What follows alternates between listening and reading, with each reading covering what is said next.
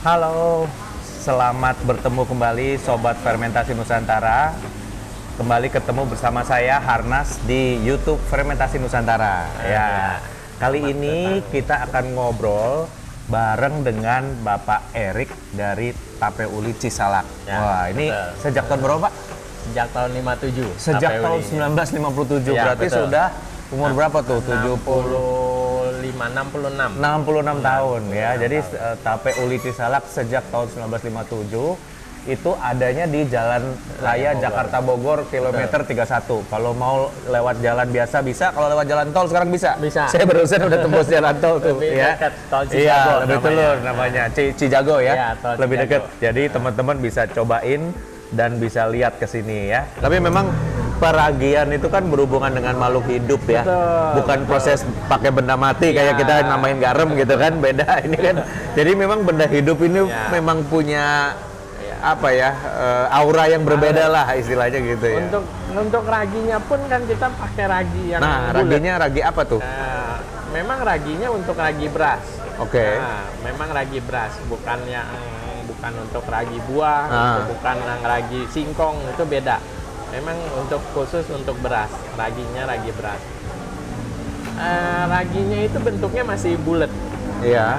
Nah, itu kita mesti tumbuk atau blender. Nah, itu ketika di blender pun itu memang mesti kita saring lagi. Di blender nggak mati dia? Enggak, Pak.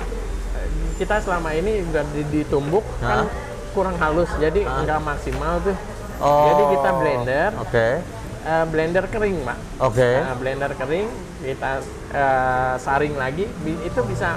Nah, yang gerenjel-gerenjel yang kecil itu yang nggak terlalu halus itu yang pengaruhnya nanti. Oh. Jadi mesti benar-benar halus banget. Jadi kita mesti saring terus sampai itu. Nah, penjemuran lagi pun itu pengaruh.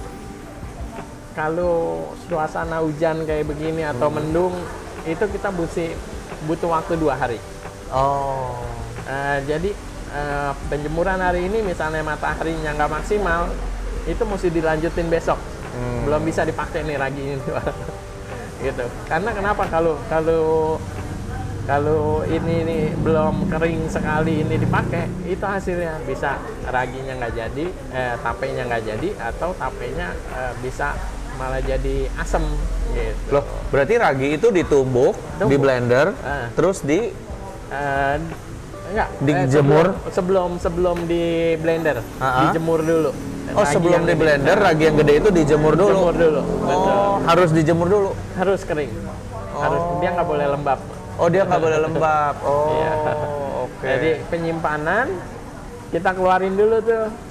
Biasanya kan saya beli agak banyak ya, 500 keping atau apa, kita taruh toples dulu. Nah, kita ambil untuk berapa hari, itu yang mesti dijemur dulu. Oh, Kita mesti jemur, keringin, saring sampai ukuran tertentu baru dipakai buat nabur gitu ya. Baru pakai. Kalau yang benar-benar halus kayak sagu aja udah gitu, baru itu.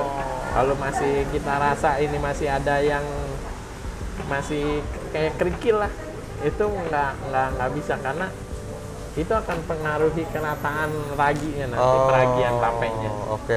Jadi di sini ada yang kelebihan, di sini ada yang kurang nanti. Itu pengaruh. Oke. Nah, Ya.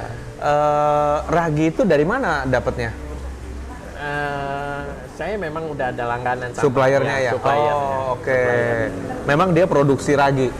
Memang produksi ragi, dan itu adanya di toko beras supplier saya ini. Oh, dan itu udah dari dulu supplier? Iya, supplier beras saya memang dari zaman bapak saya juga. Oh, dari Mungkin kakek. 1957 nih. Wah, ini kita mesti datengin kayaknya supplier berasnya. Iya. Oh, dari tahun 1957 udah pakai Iya. supplier beras yang sama Iya, ya? sama. Berarti bahan baku tuh sangat pengaruh ya Pak Erik? Nggak bisa diganti-ganti ya? Nggak bisa. Pengaruh.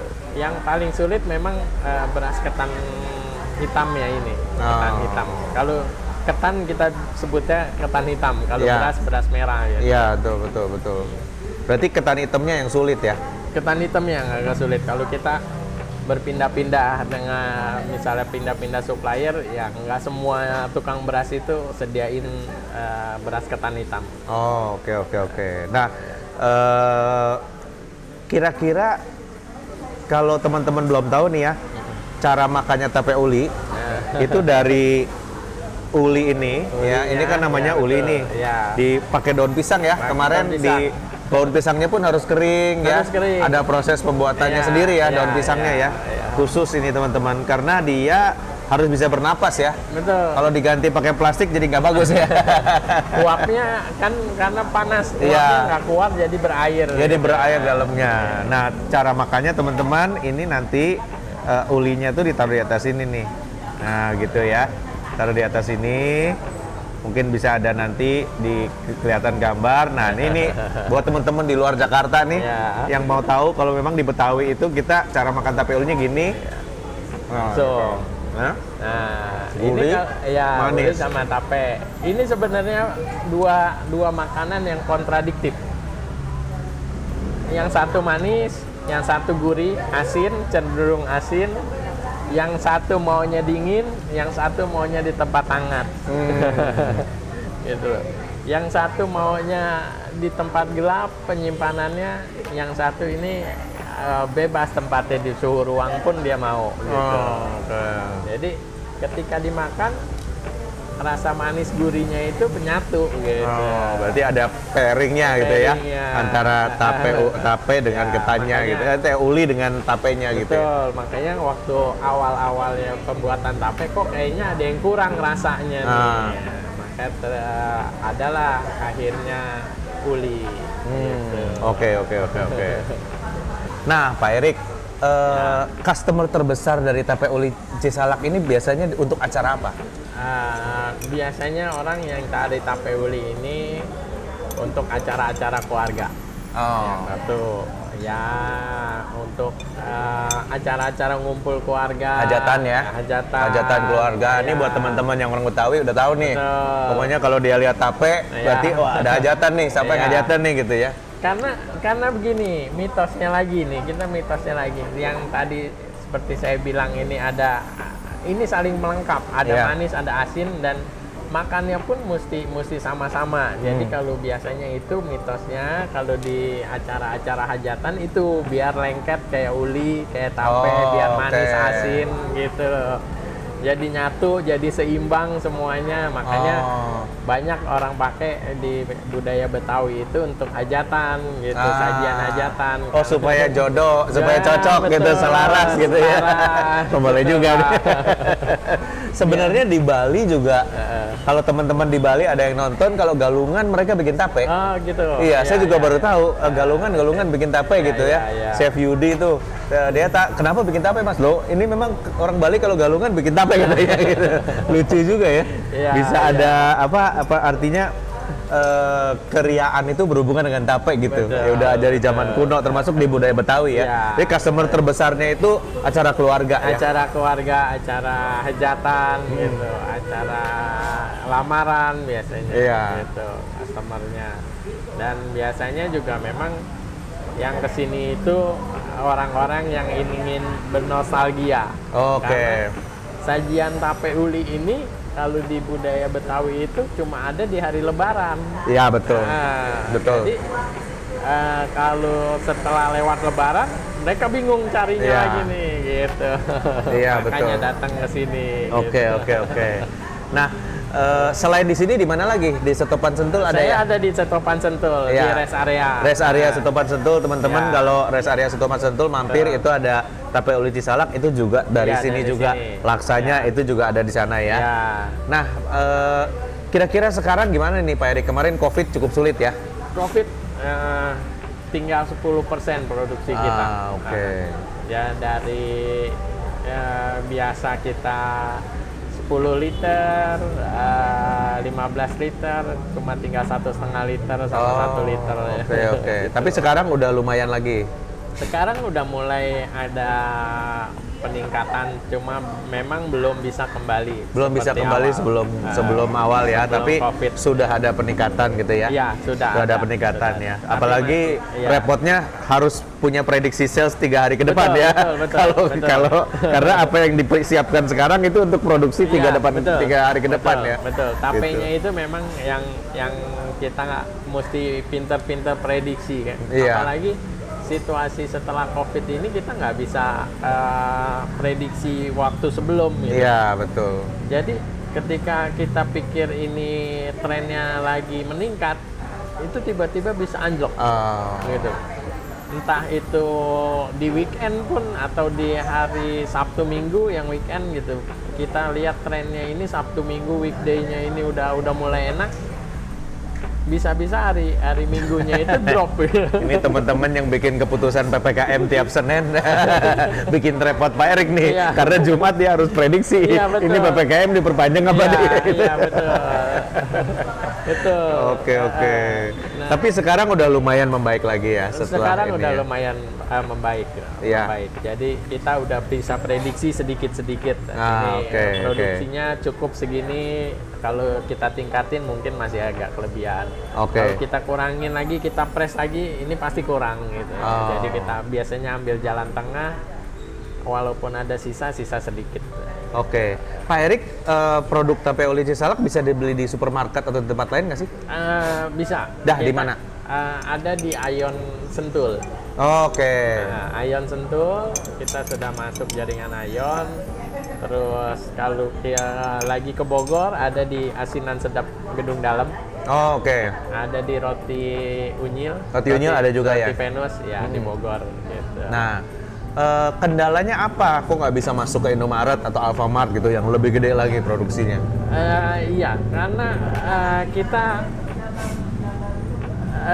saya ini memang nggak ada pakai bahan pengawet sama sekali. Iya, betul. Ulinya ini ulinya pun ya ini yang jadi kendala kalau untuk penyimpanan lebih lama karena ini unsurnya kelapa. Kita nggak pakai bahan pengawet. Kelapa itu kalau udah 3 hari biar gimana pun rasanya pasti beda. Iya. Nggak bisa dimanipulasi lah. Iya. Rasa dari kelapa ini nggak bisa dimanipulasi gitu. Pasti dia agak istilahnya tengik lah Iya. atau apalah gitu. Jadi memang kendalanya memang di waktu. Iya. Kita kalau seluruh jaringan misalnya ke Indomaret atau ke Alfa atau ke titip-titip jual yang itu kita nggak keburu waktu. Oke. Cuma kendalanya itu aja karena ini memang bukan makanan yang bisa berlangsung lama gitu. Oke. Bertahan lama gitu. Paling Oke. 3 hari ini. 3 hari ya. Jadi kira-kira 3 hari. Iya. Nah, terus dari kemasannya gimana? Nah, kemasannya pun kita ada kendala kalau di tape nih, kalau pengiriman jauh, misalnya ada teman-teman yang di luar Jawa atau apa mau beli, nah itu kita masih ada kendala sedikit karena tape ini fermentasi yang masih hidup terus. Oh, oke. Ya. Berarti jalan terus. Ini masih Jalan terus, berfermentasi ya? Masih berfermentasi. Jadi salah satu efek fermentasi itu kalau dibungkus rapet dia akan keluar gas sedikit dan itu bungkusnya meledak. Plastiknya itu akan gembung gitu. Iya. Khawatir meledak gitu. Oke. Nah, kalaupun kita kasih udara, kendalanya ini kan keluar air nanti hasil Iya. fermentasinya. Iya. Nah, airnya yang agak berceceran itu yang masih saya belum ketemu kemasan Oke. untuk itu. Cuma sempat saya beberapa ada triknya. Ketika ini mau teman-teman, saya belum pernah coba keluar pulau ya. Tapi baru ke Bandung kemarin saya triknya ini beku dalam keadaan frozen, beku. Pak. Iya. Frozen bisa ya. Dalam keadaan frozen. Sekarang teman-teman yang nonton mungkin ada yang belum pernah nyobain tape uli nih. Punya pesen nggak buat teman-teman yang belum pernah, apa sih tape uli belum pernah nyobain gitu? Kalau yang belum pernah nyobain tape uli harus cobain. Iya. Karena ini udah makanan tradisional yang memang sudah sangat lama gitu. Bisa dibilang legend lah. Gitu. Memang tape uli ini memang apa ya kita bilang itu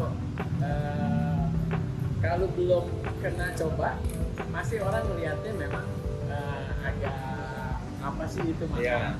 Makanya ini harus dicoba biar dirasa dulu, nanti ketika Anda berasa Langsung jatuh cinta. langsung jadi. Oke. Kalau belum kenal pasti orang anggapnya makanan Iya, kampung. apaan sih ini gitu ya. Tapi begitu dicoba, wah langsung ya. Buktinya Pak Anas sudah kesini itu udah langsung jatuh cinta. Oh iya, saya langsung nyari ini udah habis aduh. Oke teman-teman, terima kasih Pak Erik udah ngobrol bareng komunitas fermentasi Nusantara. Teman-teman yang udah nonton juga terima kasih. Jangan lupa like and subscribe, nyalakan notifikasinya supaya kalau ada video baru bisa dikasih informasinya ya. Terima kasih sudah nonton channel YouTube Fermentasi Nusantara. Sampai jumpa di video berikutnya. Bye.